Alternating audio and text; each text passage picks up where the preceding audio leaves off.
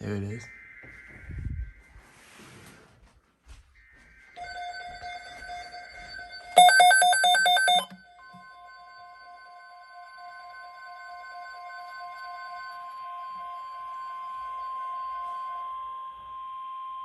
The National Weather Service has issued Tornado Watch number 569, effective until 3 p.m.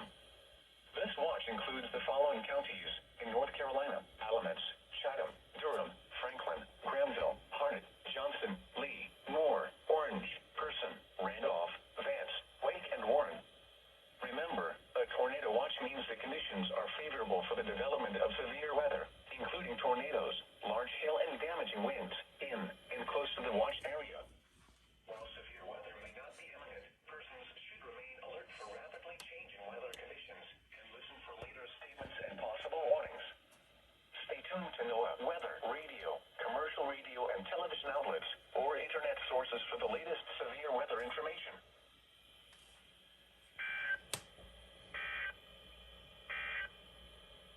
This is NOAA weather.